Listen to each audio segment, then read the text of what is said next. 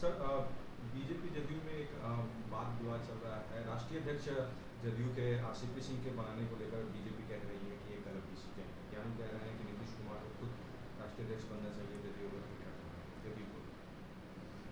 यह जेडीयू और बीजेपी का आपस के खींचतान के जो भी कारण हो, लेकिन मेरा मानना है कि जेडीयू में किसे क्या पद देना चाहिए या किसे क्या बनना चाहिए, जेडीयू का आंतरिक मामला है।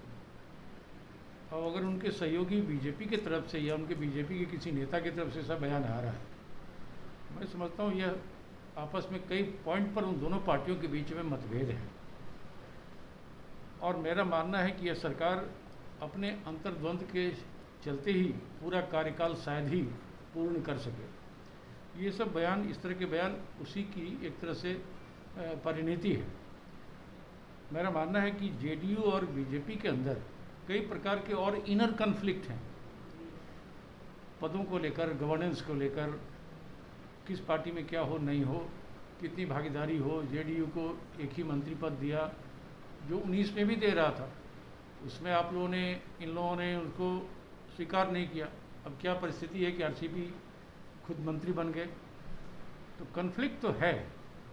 अब वो कन्फ्लिक्ट किस रूप में, क्या आकार और कब लेगा, यह आने वाले समय पता चलेगा।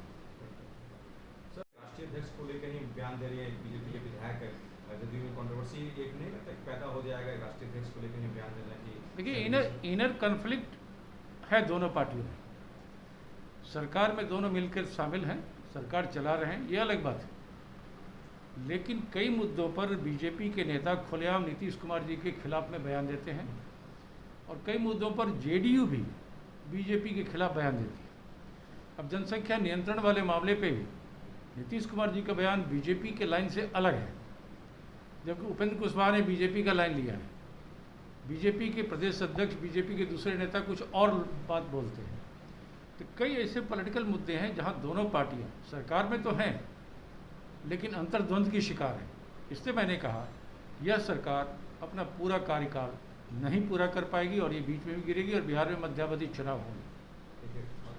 सरकार अध्यक्ष ने जो घटना हुई थी विधायकों, 2 पुलिसकर्मियों को दोषी माना है, क्या मानते हैं कि उचित न्याय हुआ है विधायकों के साथ? ये आई वॉश है, दिखावा है। पूरे देश ने, पूरे प्रदेश ने देखा, हम सब ने देखा है। कई लोग मिलकर मार रहे थे, जिसमें न सिर्फ 2 ही पुलिसकर्मी थे, ऐसा कहना गलत है। कई पुलिस के लोग थे और कई सादे वर्दी में पटना कंट्रोल रूम से बुलाए गए जो एडीएम रैंक के लोग होते हैं या डिप्टी कलेक्टर होते हैं, वो लोग थे। तो यह घटना एक बड़ी घटना थी जिसमें माननीय विधायकों को लात जूते से मारा गया। अगर ऐसी घटना में आप सिर्फ 2 पुलिसकर्मी को सस्पेंड करते हैं तो कहीं से भी उचित नहीं है। मैं समझता हूँ माननीय सदस्यों के सम्मान की रक्षा हर हालत में होनी चाहिए और मुझे अपेक्षा थी कि इसमें बड़े पैमाने पर कार्रवाई होगी, लेकिन ऐसा नहीं हुआ। जो कुछ भी माननीय विधानसभा अध्यक्ष ने कल घोषणा की है वो एक छलावा है, एक छोटा मोटा काम है। और सस्पेंशन अपने आप में भी अगर आप देखेंगे तो किसी को निलंबित कर देना सज़ा नहीं होती, और वो भी 2 पुलिसकर्मी को क्यों कर रहे हो भैया, वो तो सिपाही है, जो सबसे निरीह प्राणी है, आप उसको सस्पेंड कर रहे हो।